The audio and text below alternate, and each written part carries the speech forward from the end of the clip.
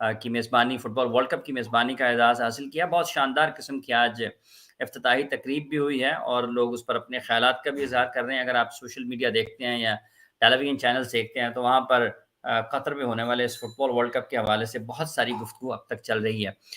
फिर इंडिया और न्यूज़ीलैंड का आज मैच खेला गया, जिसमें इंडिया ने बड़े बेहतरीन अंदाज़ में कामयाबी भी हासिल की और उसको ये भी कहा जा सकता है कि एक बहुत वाज़ेह और बड़े फ़र्क से, मार्जिन से इंडिया ने फ़तह हासिल की। सूर्या कुमार यादव की एक 3 फिगर इनिंग्स, यानी कि उनकी सेंचुरी आज उन्होंने स्कोर की है। हार्दिक पांड्या बहैसियत कप्तान कामयाबी हासिल करने में कामयाब हुए हैं आज। और फिर मोहम्मद सिराज, जो कि उनके पेस अटैक में जिनकी कमी महसूस की जा रही थी जब वर्ल्ड कप के लिए गए थे, तो उन्होंने भी विकेटें ली हैं। फिर युज़वेंद्र चहल, जो कि बाहर बैठे हुए थे, उन्होंने भी आज खेले हैं, तो विकेट्स लिए हैं। फिर ऋषभ पंत भी आज ओपन के लिए आए हैं, तो प्लेस तैयार कोशिश की जा रही है कि वो कहाँ पर फिट इन होते हैं। इस मैच पर बात रहेगी। फिर इसके साथ-साथ पाकिस्तान और इंग्लैंड की सीरीज़, उसके लिए कल टीम का ऐलान होना है। क्या तब्दीलियाँ मुतवक्किल हो सकती हैं? किस तरह से पाकिस्तान क्रिकेट बोर्ड की सिलेक्शन कमेटी को आगे जाना चाहिए? फिर पाकिस्तान की फर्स्ट क्लास क्रिकेट है, उस पर भी गुफ्तगू रहेगी। क्रिकेट एक्सपर्ट, क्रिकेट गुरु जनाब अली दियार साहब हमारे साथ मौजूद हैं। अली दियार साहब, अस्सलाम वालेकुम, आप खैरियत से हैं? सलाम। अली भाई, इंडिया ने आगाज़ किया है फ़तह के साथ न्यूज़ीलैंड के खिलाफ, और वर्ल्ड कप के बाद जब हम ये टीम देखते हैं, तो इसमें उनके जो टॉप क्रिकेटर्स हैं वो तो नज़र नहीं आते। मतलब ना उसमें विराट हैं, ना उसमें रोहित शर्मा नज़र आते हैं। फिर इसी तरह से जो दीगर उनके खिलाड़ी हैं, ये सारे खिलाड़ी वैसे तो इंडिया टीम के लिए खेल चुके हैं गाहे-बगाहे, लेकिन जो उनकी सबसे बड़े और नुमायाँ खिलाड़ी हैं, उनकी खिदमात हासिल नहीं हैं। बॉलिंग में भी अगर हम देखते हैं, तो हमें अभी तक जो उनकी अर्शदीप भुवनेश्वर के साथ चल रहे थे, सिराज आ गए हैं, फिर वाशिंगटन सुंदर को भी डाला है, युज़वेंद्र चहल भी आ गए, दीपक हुडा भी आ गए। तो नुमायाँ खिलाड़ियों के अदम मौजूदगी में न्यूज़ीलैंड की पूरी टीम के खिलाफ ये आज एक उन्होंने कामयाबी भी हासिल की है और सूर्या कुमार यादव ने 100 किया है। किस तरह से आप इस मैच को देखते हैं और उसके साथ-साथ टॉप क्रिकेटर्स की अदम मौजूदगी में? देखिए, एक तो बिफोर इस मैच के बीसीसीआई ने अपनी सिलेक्शन कमेटी को सैक कर दिया आफ्टर लूजिंग द सेमीफाइनल। ठीक है। वो इसलिए किया कि मेरे ख्याल में सिलेक्शन में कुछ फ्लॉज थे, और ऑब्वियसली मेरा ये ख्याल है कि एक नई सिलेक्शन कमेटी टीम बिल्डिंग का आगाज कर देगी for 2024 T20 world cup, and may be क्योंकि वाइट बॉल क्रिकेट है जो नेक्स्ट वर्ल्ड कप है और इंडिया में है वो, तो उसके लिए न्यू सिलेक्शन कमेटी का होना और उनकी थॉट प्रोसेस डिफरेंट होना, माइंडसेट डिफरेंट होना बहुत जरूरी है। बिफोर टॉकिंग अबाउट न्यूजीलैंड के इसी से रिलेटेड मैं बात करूंगा कि आप आज देखें, आज युजवेंद्र चहल ने आउट किया, ठीक है। तो इस टीम में भी मेरे ख्याल है कि इस टीम की सिलेक्शन में भी थोड़े से फ्लॉज थे। जो प्ले मेरे ख्याल में संजू सैमसन को खेलना चाहिए था before Rishabh Pant. Rishabh Pant has been a disappointment.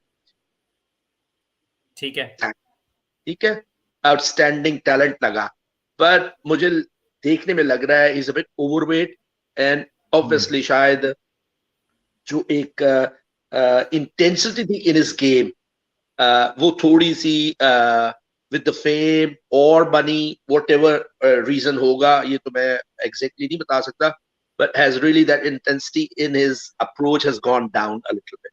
So मेरे ख्याल में संजू सैमसन जो था वो पहले जल्दी खिला दिया गया, but with a lot of experience, जब उसे एक्सपीरियंस हो गया and he's doing so well, अब वो बाहर बैठ रहा है। अगर आप आज की परफॉर्मेंस सूर्या कुमार की देखें, उनको अब स्काई का नाम दे दिया गया है एज पर हिज जो सूर्या कुमार यादव, तो आजकल उन्हें स्काई कहा जाता है, और वो स्काई पे ही इस वक्त आसमान पे ही है इस वक्त वो, in terms of T20 ratings भी और एंड हिज परफॉर्मेंस जो आज खेली, आउटस्टैंडिंग इनिंग्स थी।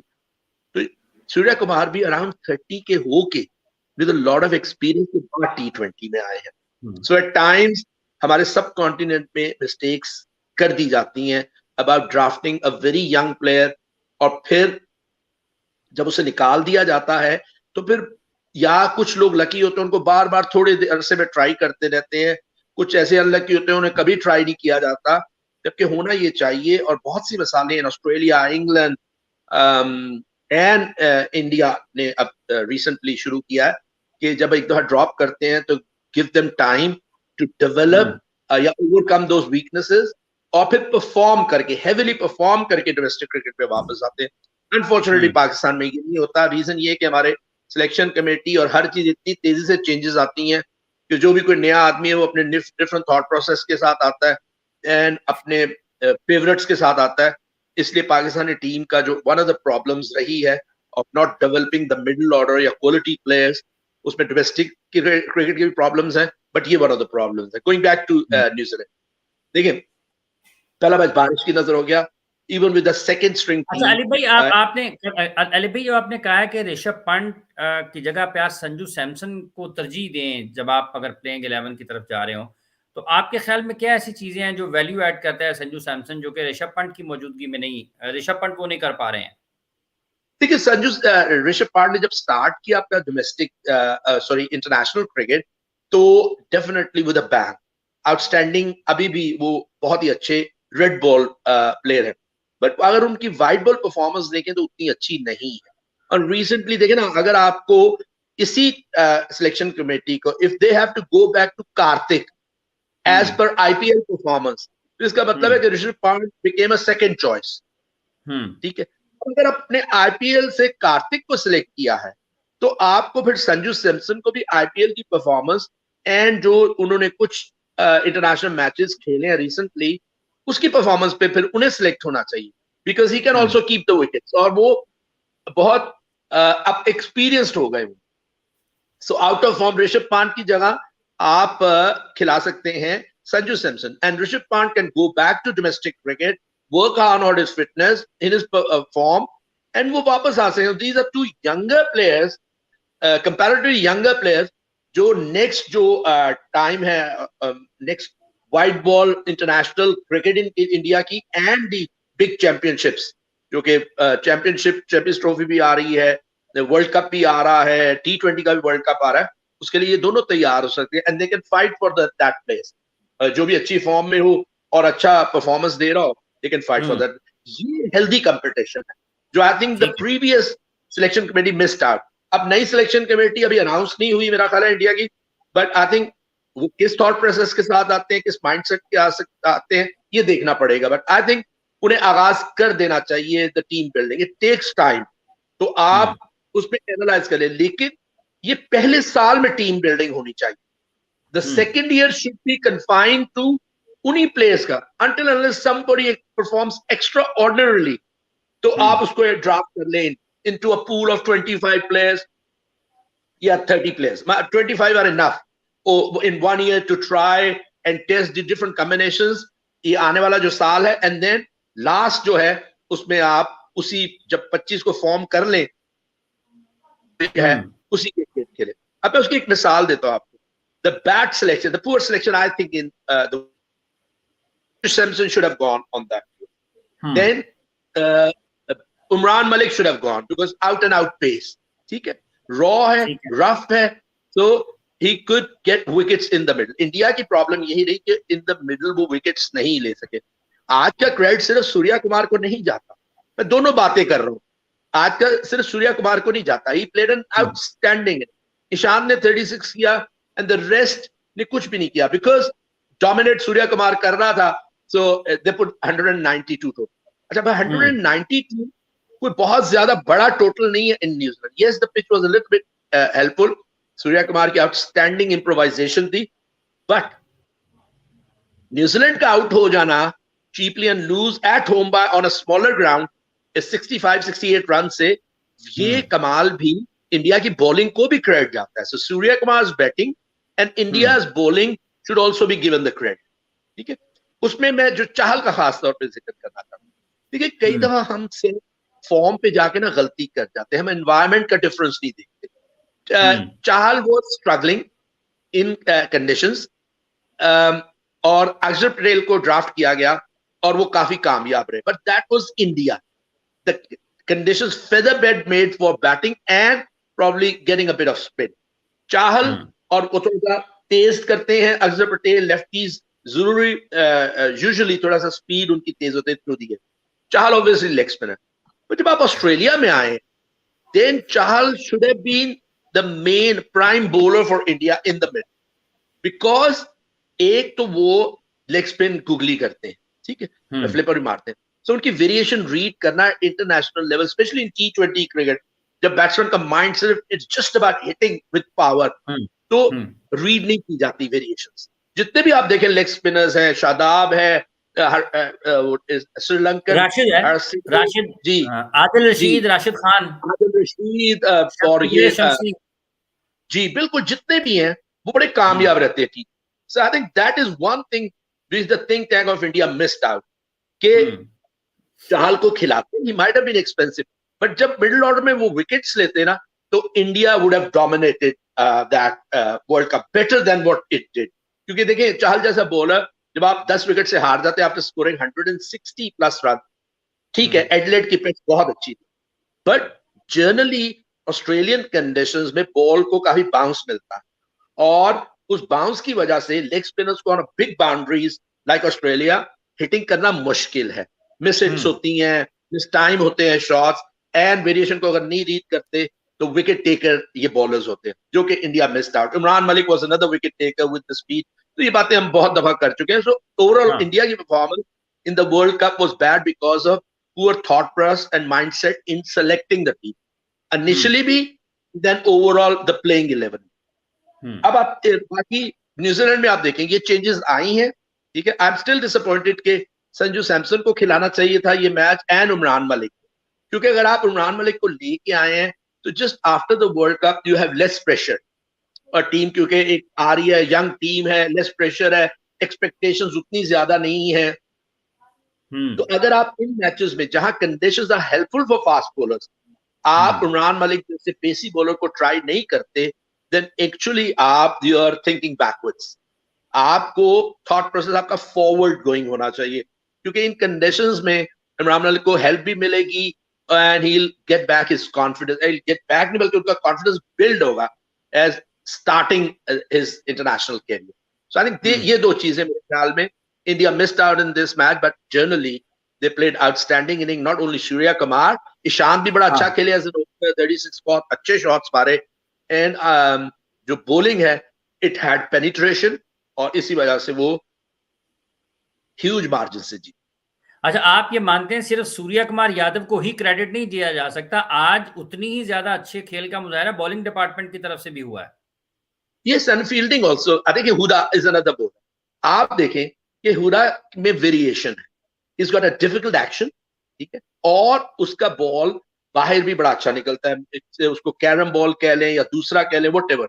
सो ही वाज डिसेप्टिव, ठीक है. लेकिन हुडा को शायद जो इन द सेमीफाइनल शायद ओवर ही नहीं करवाया गया. मेरा ख्याल जब यूएई में हुए थे जी, हुडा को एट टाइम्स बॉलिंग ही नहीं करवाई जाती.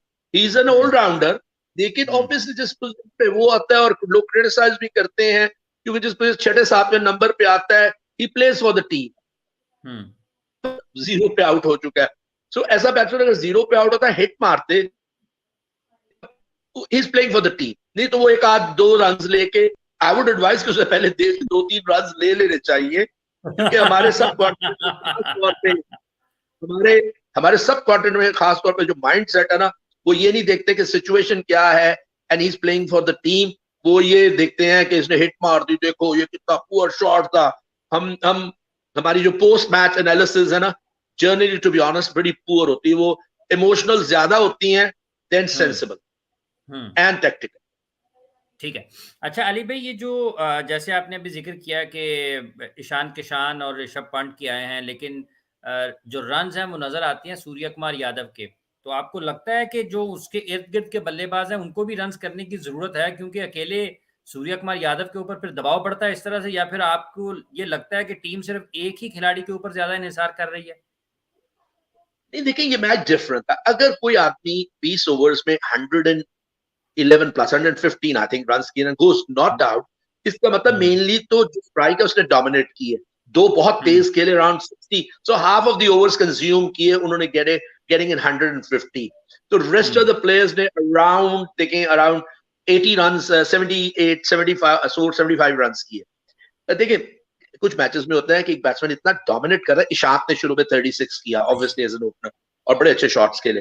तो rest of the players to build as much runs as they can, क्योंकि जब आप पहले बैटिंग कर रहे हो तो आप अपने जो टोटल को स्वेल करना चाहते हैं, उसे ज्यादा से ज्यादा इन्फ्लेट करना चाहते हैं कि वो ज्यादा से ज्यादा हो, तो उसमें वो ज्यादा शॉट्स खेलते जाते हैं और टाइम बहुत कम होता है क्योंकि सेट होने का टाइम नहीं मिलता। तो yes, the score card looks very odd कि सूर्या कुमार और ईशांत के अलावा शायद ही किसी ने डबल फिगर किया, but in matches like that जहां पे एक बैट्समैन आउटस्टैंडिंगली डोमिनेट कर रहा है and an opener has scored 36, ऐसा होता है।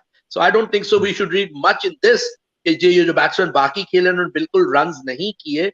Let's see the next match, और इनफैक्ट ये एक आई ओपनर होगा and obviously the future planning में भी आएगा the new selection committee of India कि जब ऐसी सिचुएशंस आती हैं जबकि इनिंग्स को बिल्ड भी करना है और कंट्रीब्यूट करना है टुवर्ड्स द टीम, उस वक्त ये प्लेयर्स लाइक आयर, ऋषभ पांड या संजू सैमसन अगर खेलते हैं तो वो क्या करते हैं, क्योंकि ये पाकिस्तानी सेलेक्टर्स जो टीम सिलेक्शन टीम कमेटी थी, पाकिस्तान जो ओवरऑल टीम सिलेक्शन जो स्क्वाड सिलेक्शन थी वो तो चेयरमैन सिलेक्शन कमेटी ने कर दिया ना, और उसे हमने बैक भी किया, बट द टीम सिलेक्शन जो होती थी मैचेस में just before world cup and during world cup, उसमें थॉट प्रोसेस मुझे उतना सॉलिड नहीं लगा, क्योंकि वो आसिफ अली को सिर्फ एक माइंडसेट उसका डेवलप कर दिया, प्रॉब्ली उसके साथ भी ज्यादती की गई, क्योंकि अगर आप माइंडसेट उसके दिमाग में ये डालते हो कि आप 9 या 10 बॉल के प्लेयर और आपकी बारी भी उस वक्त आएगी,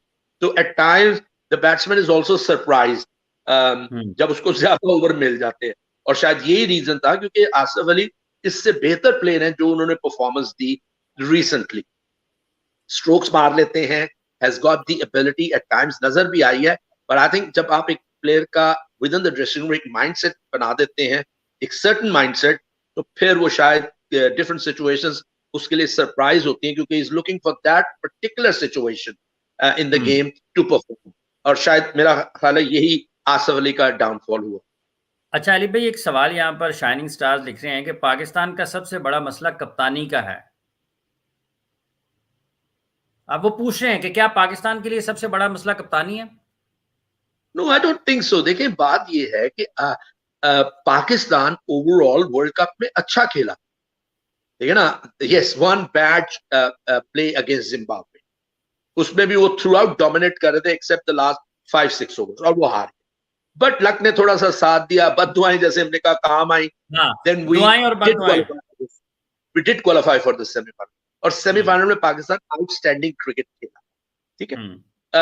उससे पहले इंडिया से जो मैच हारा उसमें भी Pakistan almost dominated till the last few over, जिसमें द आउटस्टैंडिंग परफॉर्मेंस, एक जीनियस, एक outstanding cricketer, genius like Kohli वो मैच छीन के ले गया। वन आउटस्टैंडिंग इनिंग जो शेन वॉर्न की थी, ball of the century, I think that is the shot of the century of T20 cricket. In a crucial match like that, India-Pakistan pressure match, and a situation almost 90% against India, लेकिन उस situation में वो shot मारना और match जीत जाना, kudos to Virat Kohli, outstanding inning. So other than that, Zimbabwe blip थोड़ी सी जो थी, पाकिस्तान really performed. देखिए, फाइनल में भी Pakistan was always in the hunt until Shaheen को इंजरी होगी। There is an if such बात, मे बी शाहीन फिट भी रहता तो पाकिस्तान हार जाता, मे बी शाहीन फिट होता एट दैट टाइम, क्रूशियल 1 और 2 विकेट्स, 7-8 की एवरेज चली गई हुई है, मे बी था। वहां पे एक मेरे ख्याल में गलती फिर वही की गई कि हमने Iftikhar, who is not that used to a bowler, करवा दिया। उस वक्त बाकी 5 बॉल हम करवा सकते थे नवाज से, ठीक है। अगर उस वक्त नवाज से नहीं कराते तो maybe we could have sacrificed one of the fast bowlers और उसको 5 कर देते, ताकि प्रेशर और बिल्ड हो जाए।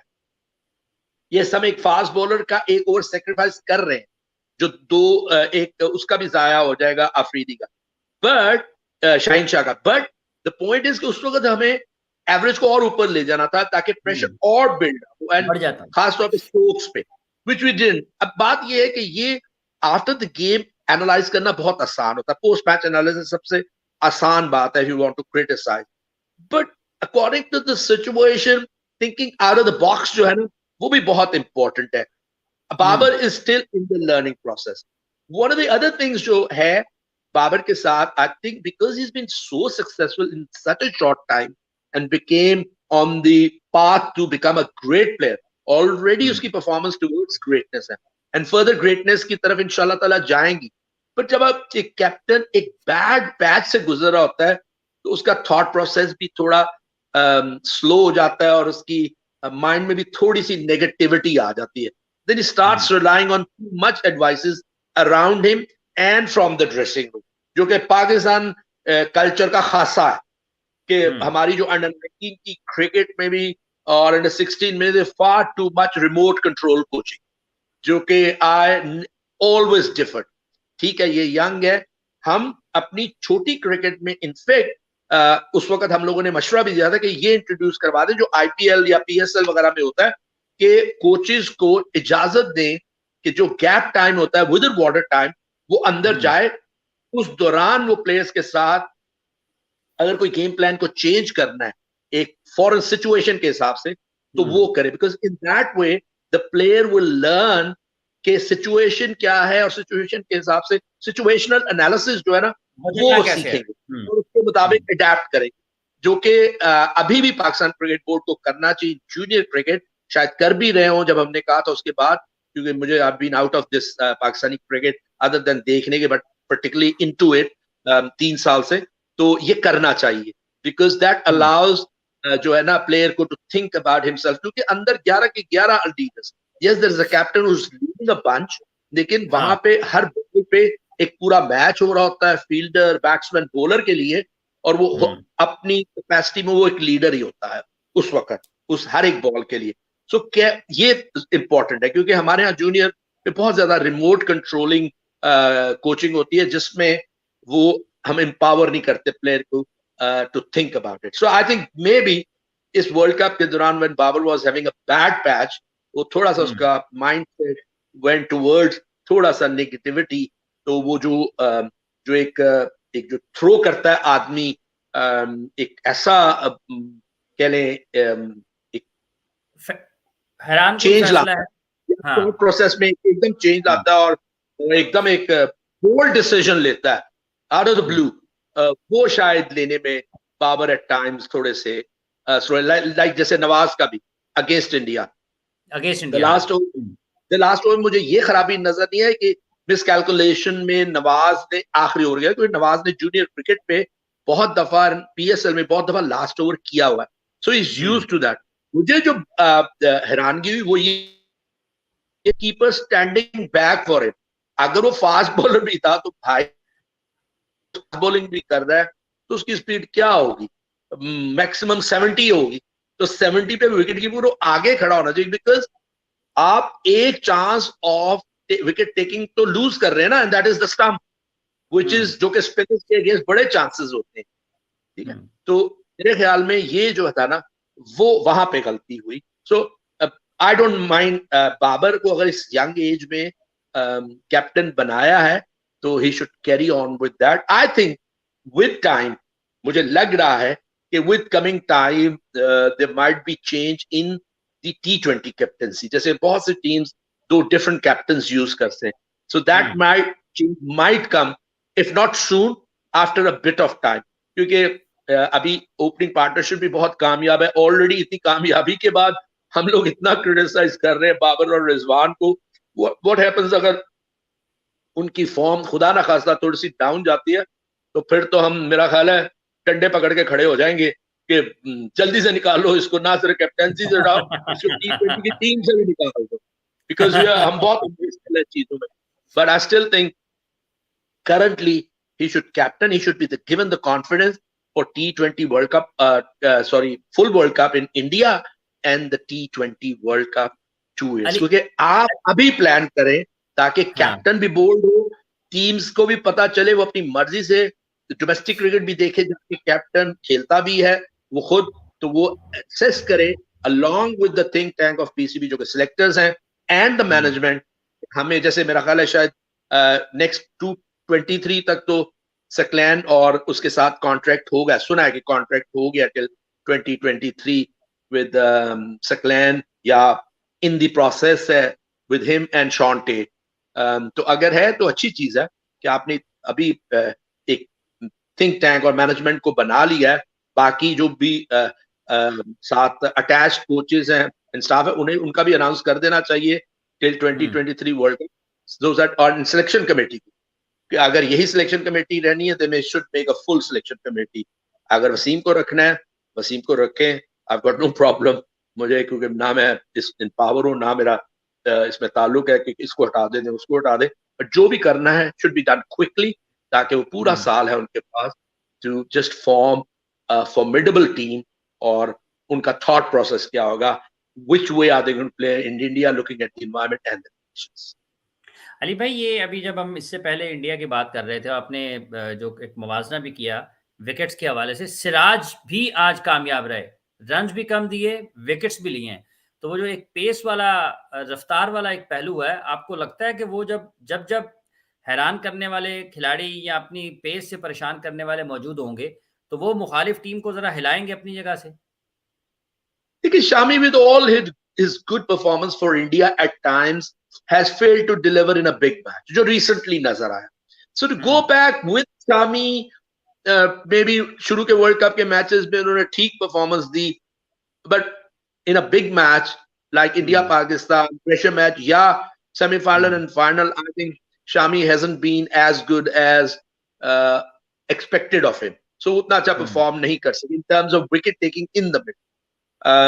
So I think ये भी गलती एक कर दी। Then again जैसे हम वापस गए हैं, इंडिया जैसे वापस गया towards the older players, I think it's about time that they start thinking about building the team for 2023 one day, क्योंकि अब इस साल ज्यादातर आप देखें T20, जैसे पिछले 1-2 सालों में T20 बढ़ गए थे, वनडे थोड़े से कम हो गए थे। अब ये साल चूंकि 23 का है 50 ओवर का, तो वनडेज बढ़ जाएंगे और T20 थोड़े से कम हो जाएंगे। उनकी कमर्शियल वैल्यू है, सो वो हर टूर पे रखने तो पड़ेंगे with every white ball in every white ball tour में, लेकिन मेरे ख्याल वनडे ज्यादा बढ़ जाएंगे to prepare for the 2023 50 over world cup. उस लिहाज से आपको एनवायरमेंट्स भी देखनी है, अपने अपने प्लेयर्स को बिल्ड करना। Like yes 150 plus bowlers can बोल इन एवरी कंडीशंस, क्योंकि स्लो पिच पे भी उन्हें मार हिट करना मुश्किल होता है, बॉल ग्रिप करता है। लेकिन इन इंडियन कंडीशंस आपको डेफिनेटली कंडीशंस मिलेंगी जहां ball can spin also, specially bowling second, और थोड़ी सी स्लो भी होंगी पिचेस। तो उसमें पाकिस्तान के जो थिंक टैंक उन्हें सोचना चाहिए। ऑलरेडी पाकिस्तान के पास नवाज एंड शादाब दो ऑलराउंडर्स है, bowling allrounders. They should start thinking about bowling जो कि मिडल में आके एक बैटिंग को भी स्ट्रेंथन करे, और वो जैसे इमरान खान साहब कहते हैं आधा तीतर आधा बटेर वाला ऑलराउंडर नहीं, somebody who can bowl quick and can bat well also, या can bat very well and can bowl with a decent pace, ताकि वो भी अगर पिचेस आपको ऐसी मिले जहां पे इंडिया में भी मिल सकती हैं आपको, जिसमें थोड़ा सा ग्रास हो, थोड़ा सा पिच में ज्यादा बाउंस हो, लुकिंग एट दी रिजल्ट इस साल जो क्रिकेट होगी इन इंडिया, उस वेन्यू की उसकी हिस्ट्री देखते हुए, तो you might go for fast bowling allrounder then 2 spin allrounders. तो ये चीजें जो हैं, ये छोटी छोटी माइनर एडजस्टमेंट्स हैं और थिंकिंग है जो आपको इंडिया में जो वर्ल्ड कप हो रहा है उसके हिसाब से आपको इसी एक साल में जो भी नए प्लेयर्स आपने इंडक्ट करने हैं and getting rid of old ones, या जो आउट ऑफ फॉर्म रहे हैं and they are at the wrong side of the age, तो उनकी जगह आपने कौन से प्लेयर्स लेने, ये इंपॉर्टेंट। अली भाई, आपको ये तो मुश्किल होगा कि हम 4 फास्ट बॉलर्स के साथ इंडिया का वर्ल्ड कप खेलें, प्लेइंग 11 में 4 फास्ट बॉलर्स। लेकिन अब वहां भी अगर 3 से खेलते हैं तो you need 2 fast bowlers and 1 sort of a batting bowling allrounder, क्योंकि अगर वहां पे आप 3 fast bowlers who can not bat लेते हैं और तो फिर मुश्किल हो जाएगा, क्योंकि वहां पे हाई स्कोरिंग गेम्स होंगी and in chasing high scoring games you can lose early wickets, specially chasing second. ठीक है, तो उसमें आपकी लोअर ऑर्डर पे भी काफी बर्डन आएगा when they are trying to get 10 run 12 run. Yes Nawaz, Shadab are very capable. देखना अब ये है कि how good are they against spinners also, क्योंकि जनरली हमारे ये इंप्रेशन, जनरल इंप्रेशन तो ये है कि जी हम पाकिस्तानी स्पिनर्स को, सब कॉर्नर वाले स्पिनर्स को बहुत अच्छा खेलते हैं। I honestly believe that we are the worst of the three big countries, Sri Lanka, India, Pakistan. I think Pakistan comes at number 3 in tackling and playing the spinners. अच्छा खेल लेते हैं, जैसे at times Afghanistan newly inducted and they play well against pace, but against spinners they definitely struggle. जो कोई उनका downfall होता है in a big event. Bangladesh, yes, they can play spinners well, and they can bowl. They have got good spinners also. So probably Pakistan is at par with Bangladesh in playing spinners. Not the best in subcontinent like India and Sri Lanka. अब नई Sri Lankan team है, the previous one obviously they were great players. So मेरा मतलब ये है कि ये जो myth है ना हमारे बारे में कि हम स्पिनर्स को बहुत अच्छा खेलते हैं, that should be tested and tried before making our mind कि जी वाकई, क्योंकि स्पिन को खेलना इतना आसान नहीं है, because you need to read the variation of a spinner. और सब कॉन्टिनेंट में इस एक साल में 2 सालों में T20 में खास तौर पे there will be, जो कि खैर इंडिया में तो नहीं है, but there will be new spinners coming on, new fast bowlers coming on. लेकिन वापस आते हैं 50 ओवर वर्ल्ड कप, देखिए वहां पे 10 overs from a spinner आपको विकेट टेकर होना चाहिए. You can't have in a 50 over कि ठीक है वो रन तो उतने नहीं दे रहा, 30-40 कंसीड कर रहा है पर विकेट नहीं दे रहा, क्योंकि अगर आप 30-40 around 40 which looks decent, but it looks decent with 1 or 2 wickets, it's not decent without any wicket. 40-42 अगर आप 50 भी देते हैं लेकिन अगर आप 3-4 विकेट्स लेते हैं, that looks very decent. So ये सारा कुछ देखना पड़ेगा, जो भी PCB का think tank है, every team will look at that. I'm sure Pakistan should also look at that. Different options. Ali भाई अभी हमने देखा कि शादाब निस्बतन बेहतर खेले स्पिन को, लेकिन ये भी फर्क रहता है ना कि जब आप T20 क्रिकेट में खेल रहे हैं और जब आप 50 ओवर की गेम खेल रहे हैं, और अगर आपकी बैटिंग आ गई है, अभी 28 ओवर 25 ओवर 24 ओवर बाकी बचे हैं, और तो वहां पर आपने स्पिन को निगोशिएट करना है ज्यादा ओवर्स के लिए और आपने 50 ओवर्स तक जाना है, तो वो सलाहियत जरा मुख्तलिफ होगी कि आप सिर्फ 6-8 ओवर आपके पास बचे हैं. देखिए 2 टाइप के प्लेयर्स होंगे इस वर्ल्ड कप के लिए. पाकिस्तान की बात कर लेते हैं सिर्फ. देखिए there are players who will, if barring injury और कोई खुदा ना खास्ता एक complete lack of form, who will be in the playing 11 in 2023 also, जिसमें मेरे ख्याल में Shadab will be there and should be there, Nawaz will be there and should be there, and maybe another spin, जो कि maybe Waseem can have a comeback, क्योंकि he's not that old, लेकिन और वो कामयाब रहे because he pushes the ball through और नया बॉल भी बड़ा अच्छा करते हैं. और इंडिया में ये जो नया बॉल विद स्पिनर्स, ठीक है, बट देखना ये है कि देयर आर प्लेयर्स हु जो परमानेंट है, से फॉर एग्जांपल बैटिंग हो या bowling, they need to add variation to their game, क्योंकि अब तक जो उनकी एनालिसिस की होंगी वो एनालिसिस पढ़े होंगे विद एवरी टीम जो वर्ल्ड कप में आएगी. जब आप अपने ऑफ सीजन में, रिलेटिवली ऑफ सीजन तो आजकल होता नहीं, but you develop a variety in your batting and bowling, तो वो एक टीम के लिए सरप्राइज होता है. इट्स अ न्यू थिंग, और वो सरप्राइज ही आपके एडवांटेज में जाता है. So Shadab, Nawaz and Pakistani batting like Rizwan, Babar, even Babar also, Iftikhar, they should add some sort of variation to their game जो कि ऑपोजिशन के लिए सरप्राइज हो. And that the other one, the other half जो कि न्यू कमर्स होंगे, there will be a few newcomers also. They should also be selected on the basis of their variation as per the environment in India, venues and other things, जो कि वो भी opposition के लिए surprise.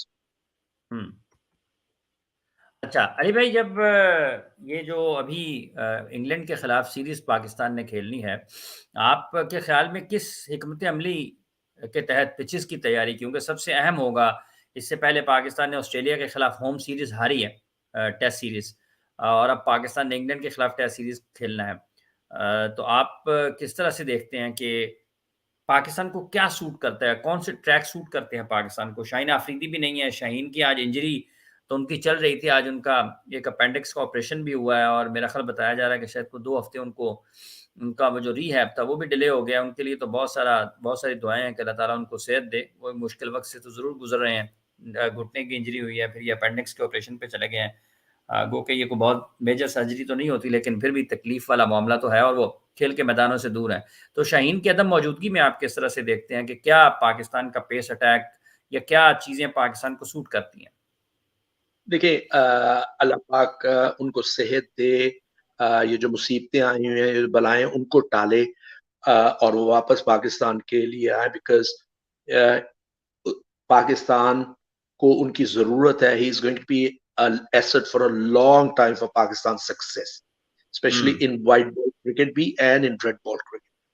अच्छा, बाकी जो आपने कहा ना कि उनका रीहैब का 15 दिन, टू बी ऑनेस्ट उस 15 दिन के रीहैब के बाद ऑलरेडी ये बता चुके थे कि वो पहला टेस्ट मैच नहीं खेलेंगे, एंड मेरे ख्याल में तो उसके बाद भी 2 टेस्ट मैच वो नहीं खेल सकते थे।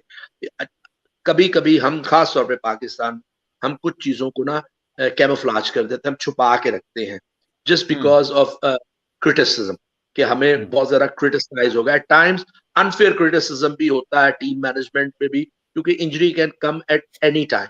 लेकिन किसी चूंकि भी वक्त किसी शाहीन को भी हो सकती है। लेकिन शाहीन का चूंकि सिलसिला बहुत देर से चल रहा था कि इसके ओवरबर्डन कर रहे हैं, इसे ओवरलोड कर रहे हैं, तो इसलिए public was really furious and very much concerned about Shaheen के कमबैक, और अनफॉर्चुनेटली कमबैक में उन्होंने आउटस्टैंडिंग बॉलिंग की। He didn't look unfit, 2-1 run लेते हुए किसी मैच में उन्होंने थोड़ा सा लिम्प किया था, ठीक है, बट एक्सटेंट ऑफ इंजरी को कई दफा छुपाया जाता है because to avoid that severe criticism. So मेरे ख्याल में घुटने की इंजरी आफ्टर जो ऑपरेशन के बाद और रीबिल्डिंग रिहैब के बाद, मेरा नहीं ख्याल था कि वो ये पूरी सीरीज खेलेंगे against England, but may be ready for. अब ये एक और मुसीबत आ गई है अपेंडिक्स की, तो अल्लाह उन्हें जल्दी सेहतयाब करे और घुटने की ये इस मुसीबत से भी निजात दिलाए। तो प्रॉब्ली ये तो और डिले हो गया, so it might also dent Pakistan hopes of him playing against New Zealand also. I hope not, but उम्मीद करता हूं कि वो जल्द सेहतयाब हो और पाकिस्तान के लिए अवेलेबल। अब आती है बात पिचेस की। देखिए, थोड़ा सा फर्क है। जब पाकिस्तान ने स्लोअर साइड पे पिचेस डेवलप प्रिपेयर की against Australia, Australia have really tall and quick fast bowlers, थोड़ी सी उनकी पेस थोड़ी सी एक्स्ट्रा है देन इंग्लैंड के, ठीक है। जो मेन बॉलर्स, अभी इंग्लैंड की भी टीम मेरे ख्याल अनाउंस नहीं हुई, उनके भी मेन बॉलर्स लाइक अगर एंडरसन आते हैं या ब्रॉड आते हैं, Broad is tall but is not bowling at 140 plus now. He is bowling at mid 130s. Anderson basically swing and stream bowler है जो शायद नहीं मिलेगी। वो आते हैं नहीं। Wood is the only bowler. Vokes is quick 140 plus, but they are not that tall. बाकी जो bowlers हैं, टॉपली भी इंजर्ड हो गए हैं। I don't know whether he is going to come और रेड बॉल में आते हैं कि नहीं। अली भाई, ये जो इंग्लैंड का स्क्वाड है ना पाकिस्तान के लिए, वो उन्होंने अनाउंस कर दिया हुआ है काफी पहले से ही मेरा ख्याल है जी। तो कौन से फास्ट बॉलर्स हैं? मैं आपको बताता हूँ, बेन स्टोक्स, जैक क्रॉली, ठीक है जी, उसके बाद ओली पॉप, जो रूट। आप फास्ट बॉलर्स की पूछ रहे हैं जी, बेन फोक्स भी हैं, जैक लीच है, Mark Wood, Jimmy Anderson, Ollie Robinson, Overton भी हैं, हैरी ब्रूक भी हैं, बेन टकट भी हैं, लियाम लिविंगस्टन भी हैं, विल जैक्स भी हैं, बेन फोक्स भी हैं, ठीक है जी, और इसके साथ साथ कैटन जेनिंग्स भी हैं। सो ब्रॉड नहीं आ रहे स्टुअर्ट? क्रिस ब्रॉड आ रहे हैं? ब्रॉड नहीं है, स्टुअर्ट ब्रॉड नहीं है। अच्छा, स्टुअर्ट ब्रॉड नहीं। सो बेसिकली उनके मेन स्ट्रेंथ ऑफ बॉलर्स जो विकेट टेकर्स रहे हैं, वो इन इंग्लिश कंडीशंस या in conditions which are helpful for fast bowlers, उसमें ब्रॉड और एंडरसन का बहुत बड़ा रोल रहा है। Maybe Anderson won't be as lethal or as penetrative as other fast bowlers in subcontinent conditions, Pakistani conditions. So अब कैसी पिच तैयार करते हैं, ये बहुत रिलाई करेगा कि पाकिस्तानी बॉलर्स भी कैसी बॉलिंग करते हैं। Is it going to reverse in Pindi? Winter आ गया हुआ है, the conditions will be cooler, ठीक है, और कितना स्विंग मिलता है, पिच कैसी तैयार की जाती है, और इन conditions if they are made slow and turners, तो उसमें इंग्लिश बैट्समैन कैसा खेलते हैं. जनरली ऑस्ट्रेलिया इंग्लैंड से ज्यादा कामयाब रही है एट टाइम्स इन सब कॉन्टिनेंट कंडीशंस.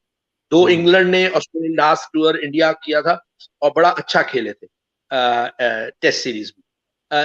ये देखना बहुत जरूरी है. देखिए आज से बहुत साल पहले जब ये गोरा टीम्स आती थी ना, they struggled against spinners in subcontinent conditions, आसानी से हार के चली जाती. But it's no more like that, क्योंकि इंग्लैंड, अगर इंग्लैंड की सिर्फ बात कर लें इस वक्त, तो इंग्लैंड स्पेशली आती है यूएई में टू प्रिपेयर फॉर सब continent conditions almost every year. उनकी जूनियर टीम्स भी आती हैं, ए टीम्स भी आती हैं, फुल टीम भी आती है. खासतौर पर अगर फुल टीम एंगेज हो तो उनके ए प्लेयर्स आते हैं to get used to the subcontinent conditions in UAE, जो कि बड़ी सिमिलर है. सो अब ऐसा नहीं रहा कि वो अब स्पिनर्स के अगेंस्ट अच्छा नहीं खेलते. बट अगर आप जनरली देखें यूएई में दोनों टूर्स पे इंग्लैंड स्ट्रगल, लेकिन उस वक्त पाकिस्तान की जो स्पिन बॉलिंग थी that was outstanding, difficult to read. Hafeez, Saeed Ajmal, Yasir Shah, Abdul Rehman, they were all very good bowlers. और यासिर शाह बहुत काम थे. अब Yasir Shah seems to be on a decline. Reason maybe injury भी है, थोड़ा सा overweight हुए हैं, and probably the opposition have worked out his वो straighter ball, क्योंकि DRS के तहत उसपे वो काफी LBW लेते थे. अब बैट्समैनों ने अपनी जो टेक्निक को थोड़ा सा उनके अगेंस्ट चेंज किया है. सो देखना ये है, ये मुकाबला होगा अगर पिचेस जो कि चांसेस हैं कि दे विल बी मेड. दो पाकिस्तान की भी फास्ट अटैक ऑलरेडी अच्छी होती है, even minus Shaheen, but I think it will be made. Generally जब पहला टेस्ट मैच होता है तो वो थोड़ी सी डोसाइल पिच बनती है ताकि असेस किया जाए the strength of the two teams. अब पिंडी में कैसी टीम प्रिपेयर होती है, I think generally Rameez is very aggressive mindset का chairman. So he might go like कि ओके हम पिचेस थोड़ी सी रिजल्ट ओरिएंटेड बनाते हैं, जो कि आप बाद में जिक्र भी करेंगे, जो कि डोमेस्टिक क्रिकेट में तो वो थॉट प्रोसेस या माइंडसेट नजर नहीं आया, because 70% have been a drawn games. अब देखिए ना, ये माइंडसेट है ना, हमारी डोमेस्टिक क्रिकेट में वो प्रेशर ही नहीं आता जो एक बैट्समैन पे पड़े या एक बॉलर पे पड़े to take wicket, especially batsman पे. तो जब तक उन कंडीशंस में खेल के अडेप्टेबिलिटी नहीं आती प्रेशर को कंट्रोल करने की, तो हम टेस्ट क्रिकेट में या इंटरनेशनल क्रिकेट में कैसे वो करेंगे. लेकिन अगर आप इस चैंपियनशिप देखें, और ये बड़ा इंपॉर्टेंट टूर है फॉर पाकिस्तान खास तौर पे, क्योंकि इंग्लैंड ऑलमोस्ट बॉटम हाफ में है, पाकिस्तान फोर्थ है मेरा ख्याल शायद इस टाइम पे, and can qualify. Again ifs and buts के साथ है, can qualify but at least more than mathematically Pakistan can qualify, क्योंकि पाकिस्तान एटलीस्ट उन टीम्स के अगेंस्ट खेल रहा है. इंग्लैंड तो नहीं, बट एटलीस्ट उन टीम्स के अगेंस्ट खेल रहा है जो इनफैक्ट अगली दोनों टीम्स तो ऑलरेडी पाकिस्तान से नीचे हैं. बट ऑस्ट्रेलिया, इंडिया जा रहा है, उनके आपस में मुकाबले हैं, और उनमें से दोनों में से एक क्वालिफाई करना चाहता है या दोनों भी क्वालिफाई कर सकते हैं depending on the result. So Pakistan के लिए ये test series and New Zealand series important है. अब इंग्लैंड की बात यह है कि ये असेस करेंगे कि स्ट्रेंथ को, एंड देन मेरे to go for the test championship करना है, they should go all out and make the pitches to their strength, जो at least result oriented, जिनमें रिजल्ट आए, चाहे 4 दिन में आए चाहे 3 दिन में आए, but make pitches which is result. हम डरते रहते हैं कि रिजल्ट हमारे अगेंस्ट ना आ जाए. आपकी होम कंडीशंस है, make the pitches to your advantage. लेकिन वो हमारे एक जो डर है ना, वो प्रेस में भी आता रहता है, कमेंट्री में भी आता रहता है. तो वो जो बेचारा नया प्लेयर होता है जो मिडिल ऑर्डर में आता है, तो उस पर इतना प्रेशर होता है कि वो ये टैग साथ लेके आता है कि middle order is a failure in Pakistan. तो उसके दिमाग में वो गूंज रहा होता है, चाहे वो कितना भी कामयाब रहा हो पाकिस्तान की डोमेस्टिक क्रिकेट में in the middle order. But I hope कि Pakistani selection committee and think tank thinks positively, go all out for result oriented pitches, irrespective of losing or winning, इसको बाद में रखें, but go for result oriented pitches and make it according to your strength, क्योंकि home conditions है, and try a few youngsters who have scored a lot of runs in domestic cricket. देखिए Abdullah Shafiq and Imam ul Haq, maybe is a must. Shan Masood भी शायद होंगे, ये 3 at the rock, Babar Azam भी होंगे, रिजवान भी होंगे, इनके अलावा अजहर अली भी होंगे। तो ये 6 बैट्समैन तो ऑलरेडी हो जाते हैं, 6 batsman. And they do try people like south Shakeel, जो कि शायद मेरे ख्याल लंबी क्रिकेट में ज्यादा बेहतर प्लेयर था देन वनडे क्रिकेट, और उसे वनडे क्रिकेट खिला दी। Tayyab Tahir is a newcomer, उसने बहुत रन किए हैं। Then Huraira is a very young player, जो आदमी 300 रन कर सकता है in first class cricket, so he has the ability to score big run, और अभी भी 800 रन है, is the second highest scorer. Unfortunately वो ओपनर है, सो दैट इज वन थोड़ा सा डिसएडवांटेज, क्योंकि मैं ये नहीं चाहूंगा, मेरी अपनी थिंकिंग है कि हम कई दफा रन पे सेलेक्ट कर लेते हैं और उसको गलत जगह पे खिला देते हैं, जो कि उसका एडवांटेज नहीं होता। जैसे मैंने पहले भी बहुत दफा कहा कि हमारी सिलेक्शन बेस्ड ऑन रन होती है, statistically, not on the position is batting. क्योंकि ठीक है, ओपनर ही सिर्फ स्पेशलाइजेशन नहीं है, तीसरा चौथा पांचवी पोजिशन भी specialisation, and then 6th 7th is also probably different. 3 and 4 का mindset and 5 6 and 7 का mindset different होता है, क्योंकि probably जो upper half है वो usually खेल रहे होते हैं either with the top order batsman या नीचे वाले जो batsman कुछ होते हैं उनके साथ खेल रहे होते हैं, and the number 6 7 जो batsman होते हैं, even 5, they at times have to play with the lower order also, जो कि tail ender भी होते हैं। तो वो तरह, जैसा Steve was very successful as a player with the lower half, इसीलिए वो ग्रेट बने। तो ये थोड़ा सा ये चेंज होता है। सो हमारी selection according to the positions होनी चाहिए, not according to the only the stats. अच्छा अली भाई, ये जो अभी हम बात कर रहे थे पिचेस के हवाले से, तो फर्स्ट क्लास में भी बहुत ज़्यादा मैचेस गैर नतीजा कुन भी रहे हैं। एक पहलू ये ज़रूर नज़र आता है कि चलें, अगर ये पिचेस बन रहे हैं तो इसमें भी एक अगर नताइज नहीं निकले लेकिन क्रिकेट अच्छी हो गई, लेकिन साथ ही साथ कुछ ये भी एक बड़ी सूरत हाल नज़र आ रही है कि हमें सेंचुरीज़ की तो बहुत सारी ट्वीट्स नज़र आती हैं कि इसने सेंचुरी कर दी, इसने सेंचुरी कर दी, लेकिन कहीं से कोई फास्ट बॉलर का 5 6 7 8 विकेटों वाली अभी तक मुझे नज़र से गुजरी नहीं। हो सकता है वो मेरे ज़हन से रह गई हो, लेकिन आपको लगता है कि फास्ट बॉलिंग में फिर पाकिस्तान के लिए मसाइल मुस्तकबिल में पेश आ सकते हैं?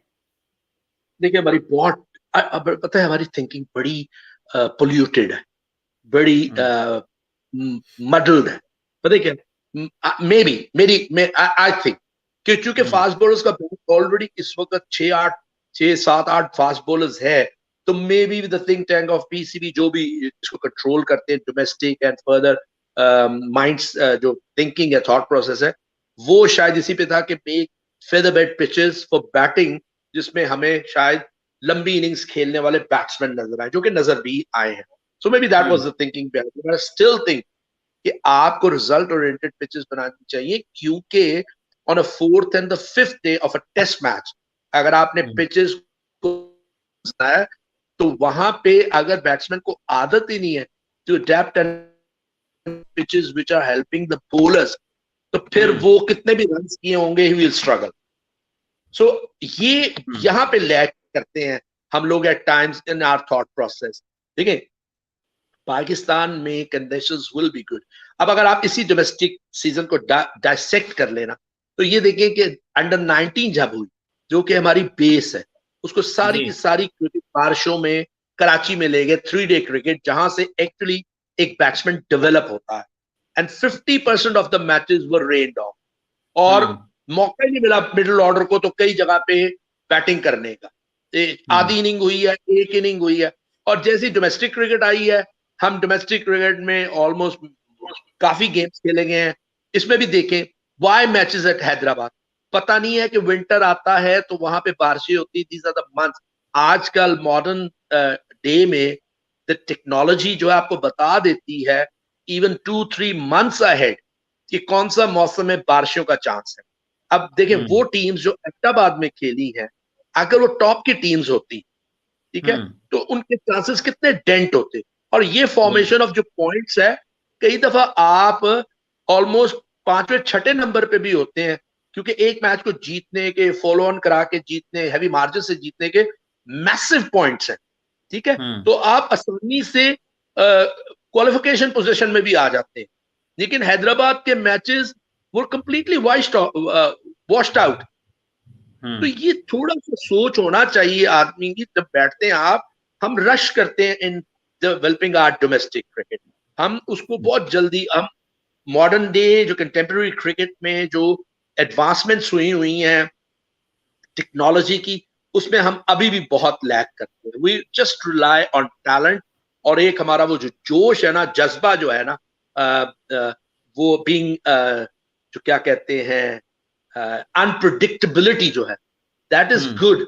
वो एक पब्लिक के लिए या दुनिया के लिए एक फैसिनेटिंग थिंग है, but to be more accurate about things and more solid about that rather than being indisciplined, वो ज्यादा इंपॉर्टेंट। इमेजिन कि अनप्रिडिक्टेबिलिटी से ये जो हमारा जोश जज्बा जो है वो मोर सॉलिड हो जाए, और हमारी जो चलाकियां हैं वो ज्यादा कामयाबी की तरफ हो जाए, तो how good a force we will.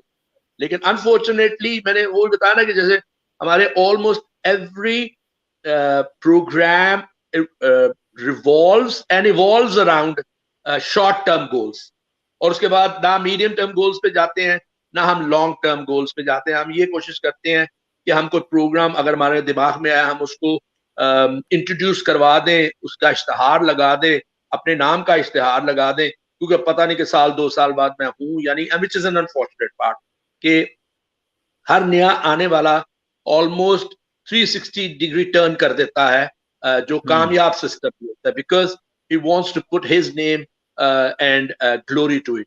अब देखें, जन्नत वकील का अभी भी नाम जिंदा है, and Ramiz included in that. जब ये शुरू में नेशनल अकेडमीज के कॉन्सेप्ट आए और कोच एजुकेशन का आया, बट इन बिटवीन बहुत दफा इन्हें रोका गया, लेकिन उनका नाम अभी भी जन्नत वकील का रहेगा। Nobody will remember कि डोमेस्टिक क्रिकेट कैसी हुई, बुरी हुई, अच्छी हुई, लेकिन अगर हम एक सॉलिड डोमेस्टिक क्रिकेट अपने प्रोग्राम्स ऐसे जो कॉन्टिन्यूसली चले उनको करेंगे, तो definitely people will remember those names, चाहे वो 3 साल के लिए हैं, चाहे वो 2 साल के लिए।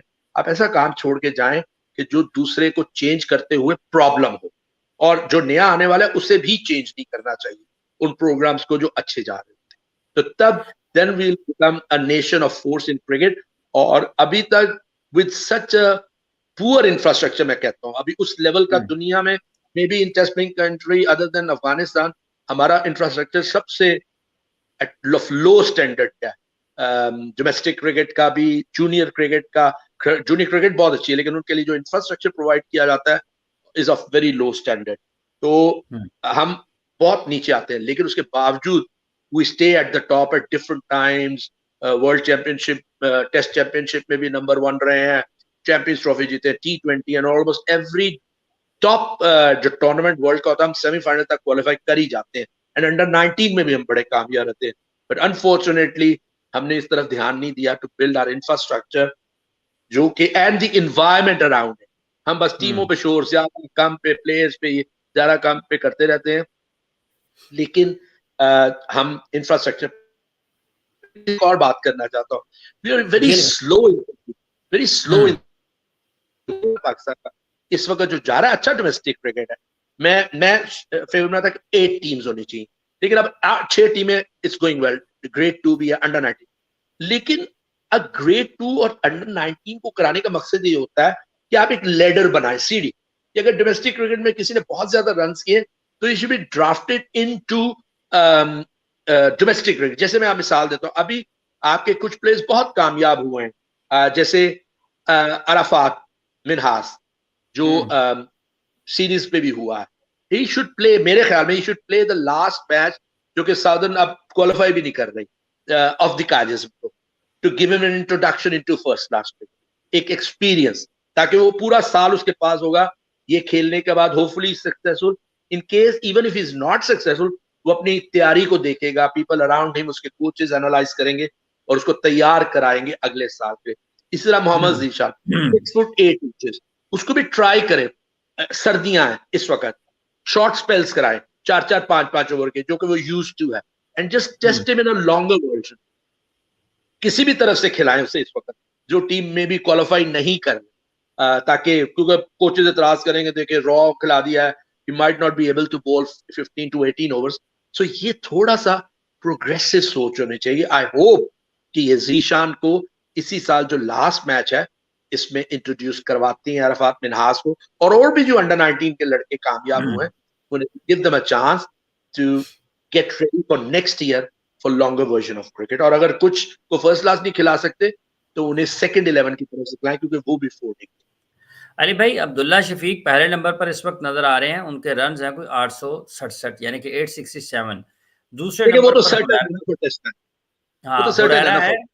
हाँ, हुरैरा है, उनके 803 है. तीसरे नंबर पर उस्मान सलाहुद्दीन है जिनके 762 हैं. फिर सऊद शकील हैं, उनके 697 हैं. फिर तैयब ताहिर हैं, उनके 685 हैं. ये हैं पाकिस्तान के जो बैट्समैन हैं. लेकिन जो अभी हम बात कर रहे थे ना बॉलिंग के हिसाब से, अली भाई, उसमें जो अबरार अहमद की 7 मैचेस में 43 विकेट्स हैं. मुबशर खान है, ये भी राइट आर्म ऑफ ब्रेक हैं. इनके भी 10 ओवर्स में 10 मैचेस में इनके भी 26 विकेट्स हैं. ये नॉर्दर्न से है, ये नॉर्दर्न से is more of an all rounder जो कि बैटिंग भी कर लेता है. देखिए इब्रार के बारे में मैं कहना चाहता हूं, अगर आप मिस्ट्री बॉलर को खिलाना चाहते हो, ही इज बीन सक्सेसफुल, उसे अभी इंट्रोड्यूस कराएं as a third bowler with Shadab and जो है नवाज.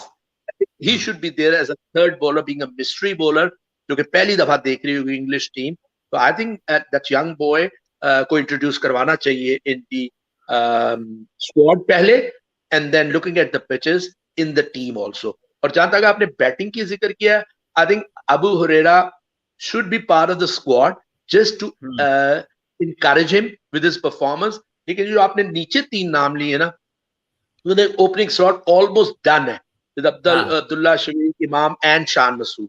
ठीक है, बाबर है, उसके बाद रिजवान है, ये लोग भी टॉप ऑर्डर पे खेलते हैं. तो I think in the middle they should think about bringing at least 2 of these 3. देखिए अगर आपने एक्सपीरियंस के साथ जाना है, जो कि शायद उस्मान सलाहुद्दीन को प्रॉपर चांस नहीं दिया गया था in test cricket, but obviously he is on the older side than the other 2, Tayyib Tahir se aur se. So maybe you can go for one experienced Usman Salahuddin and the other one a younger of the 2 lot, Tayyib Tahir ya Saud Shakil. And if you want to go for 2 youngsters, then you should go for Saud Shakil and Tayyib Tahir. Tayyib Tahir बहुत ही successful रहा, not only in red ball cricket, in white ball cricket also भी. और Saud Shakil भी रहा है. Maybe Usman Salahuddin उतना successful white ball में नहीं रहा जितना red ball में रहा. So you have to make your choices कि आपको किसको देना. Are you going for an experience जिसने, क्योंकि उस्मान सलाहुद्दीन ने मैसिव रन्स किए हुए हैं इन डोमेस्टिक क्रिकेट प्रीवियसली भी, और प्रॉपर चांस भी नहीं मिला उसको टेस्ट क्रिकेट में. So maybe his comeback, जैसे फवाद आलम को कम बैक करवाया गया और उन्होंने बहुत अच्छा परफॉर्म किया ना. Fawad Alam is another question mark, is he going to be part of the squad, क्योंकि वो लास्ट 2-3 मैचेस में, टेस्ट मैचेस में इज बीन अ फेलियर. कामयाब नहीं, जितना कम बैक में आउटस्टैंडिंग परफॉर्मेंस दी थी. तो ये तो अब उन्होंने are they still going to go for Fawad Alam and get one, या they're going to go for these 3 new Usman, Saud और ये, क्योंकि उस्मान को पूरा चांस नहीं मिला, or they are going to go for Tayyib Tahir. I haven't seen much of Tayyib Tahir. जितना मैंने ज्यादातर उसे वाइट बॉल में देखा है, when जरा आपको थोड़ा सा शॉर्ट सिलेक्शन और इम्प्रोवाइजेशन की इजाजत होती है, तो आप you are looking at more of improvisation and shot making. तो मैंने अभी तक रेड बॉल पे नहीं देखा, बट जनरली अगर उन्होंने इतने रन्स किए हैं, इन 400 किए हैं मेरा हाल, someone who can score 400 definitely has got the potential to play longer version of cricket. तो अब ये तो सिलेक्शन कमेटी.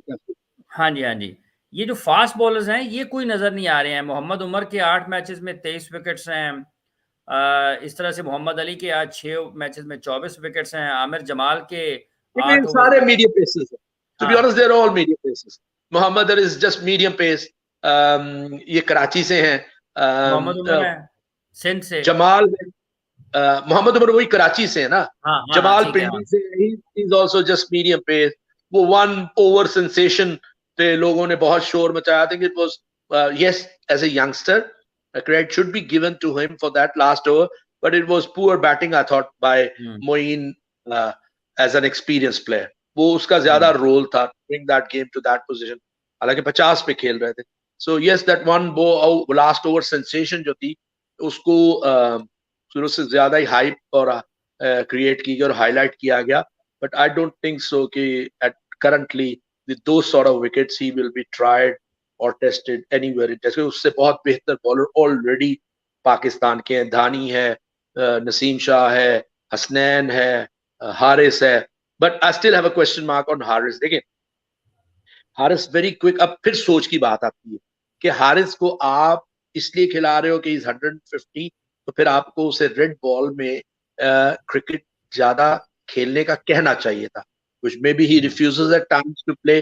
लेकिन मैं दूसरा, अब अगर इसकी दूसरी साइड देखी जाए तो वो भी है कि देखें conditions in Pindi will be cooler, ठीक है। So he can be tried at 150 plus with short burst of 4 overs, जो कि लेकिन T20 में तो वो 2 ओवर करते हैं, वनडे भी जब खेलते हैं तो 3-4 से ज्यादा ओवर नहीं करते। So maybe he should tried like a one day bowler, 4 over burst then taken away, then again 4 over burst then taken away, क्योंकि सर्दी ठंडक होगी।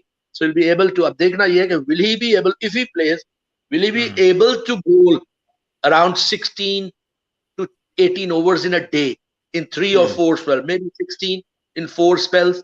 So, and can he last a full day in the field?